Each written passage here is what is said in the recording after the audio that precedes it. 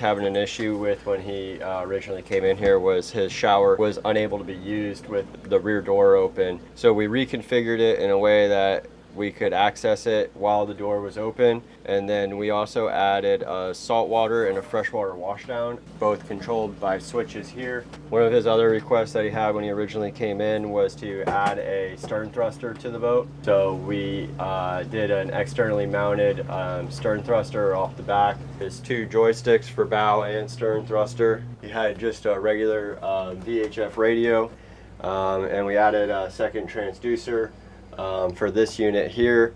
The other thing that we were able to do by removing the VHF here is we added a Vesper AIS VHF unit. What's the Vesper do? So the Vesper is an AIS unit, VHF unit, can do like an anchor alarm as well. You can set them up to do some boat monitoring. Wow, but AIS and VHF, does that still have to have separate antennas? No, it's all just one antenna. Yeah, and Andre, the other co-owner at the Yacht Rigger, he's got, on the electrical side, he's got a Vesper in his boat, doesn't he? Yes, he does. Yeah, I'm just seeing more and more of those things. They're really clean. great units. Yeah, I mean, one thing doing more stuff at a time, that seems like a good setup. Serbo GX Touch for him. His electrical upgrade, we also added a solar panel onto this boat, which is not too common to really see a whole lot of power boats with big solar panels like this. So that was a cool addition. And we configured it in a way that he was still able to use his hardtop for his paddleboard storage. We actually even fabricated a separate rail just for being able to tie the paddleboards down up top. The thing that I want to talk about here is our RBS switches. So some of the battery switches are kind of in odd locations and can be hard to get to. And when you want to shut them down, you need to be able to do it quickly and easily. So we utilize the remote battery switches, and we put all of the controls for those up here. We have his lithium house battery bank on there, his thruster and engine battery bank, and the inverter has its own separate RBS.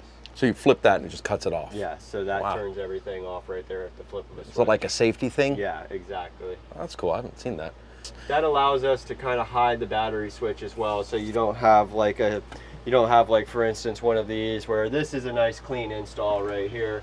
And when we're adding things, sometimes you don't always have the option to do something like this, and you have like a big gaping hole where the battery switch has to come through something, and it's just not the cleanest look. So for aesthetics and overall ease of use, we like to use this. Yeah. Okay, that's cool. We need to get Flipper. inside the... Oh, that's sick. I didn't notice the TV was on the other end. Yeah. That's cool. All right. So when he came in, we were running out of room to fit the batteries and to get the capacity that he really wanted. And there was a lot of empty, unused space inside of the V-Bird. So we actually cut our own compartments and opened up our own little hatches to get inside of these things. As you can see, we were able to fit 300 amp hour kilovolt lithium batteries. And with these batteries, we have an internal BMS in each battery. So the system is a little bit more simple than some of the other systems, like one I'll show you later on with the internal BMS. One of the nice features of this is if one of the batteries were to have an issue with it, it would shut itself down, and you would still be able to run off of one of the other batteries in the bank, and you wouldn't completely lose power. Accessing the inverter and being able to get in and install everything. Wow, that's clean. So in here you can see we were able to get a multi+2 in, and you can see the two remote battery switches here. Proper class T fusing for everything. We have our smart shunt on this side with all of our AC 120 volt breakers and our inverter pre-charger right there. That's sweet. Is that smart shunt only for when external BMS? No, the smart shunt can be used with internal BMS, like these batteries here. It's actually what makes it smart is it's Bluetooth capable. So Cool. you can remotely log into it through the Victron Connect app and program it and set all your parameters through there. Sweet. Okay. Yeah, that was the really nice thing about making our own areas, is we didn't lose any of his storage at all.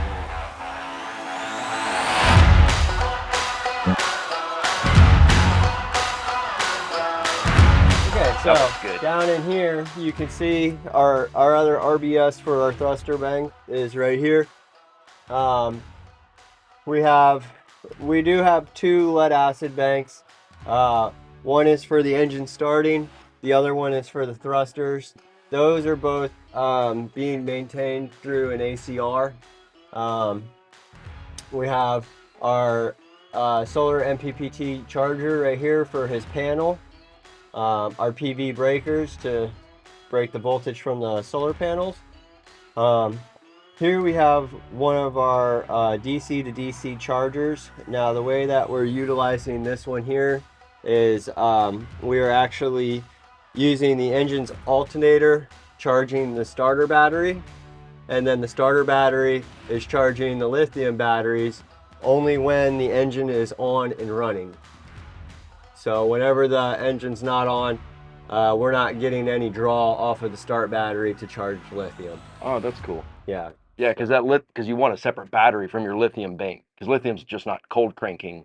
Nothing No, else, you right? really don't want to start your motor off lithium. If you had to in an emergency situation, you totally could, but it's not recommended. Yeah.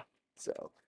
But yeah, that's one of the other cool products that we used on his boat as well. He had some areas in the bilge that just always held water. The bilge pump just wouldn't suck it up from there. So we put one of the bilge be dry systems in here, and ever since then, the areas have been relatively dry. You still have a very small amount of water in there, but not the inches of water that it was holding before. Oh, that's cool. Bills will be dry. Is it just like a pump that's can go down lower? Yeah, so it has an It's like extremely the low intake. water pickup on it. Yeah. Lower. It's actually like a sponge, and it soaks up the water and Oh, and then it sucks it.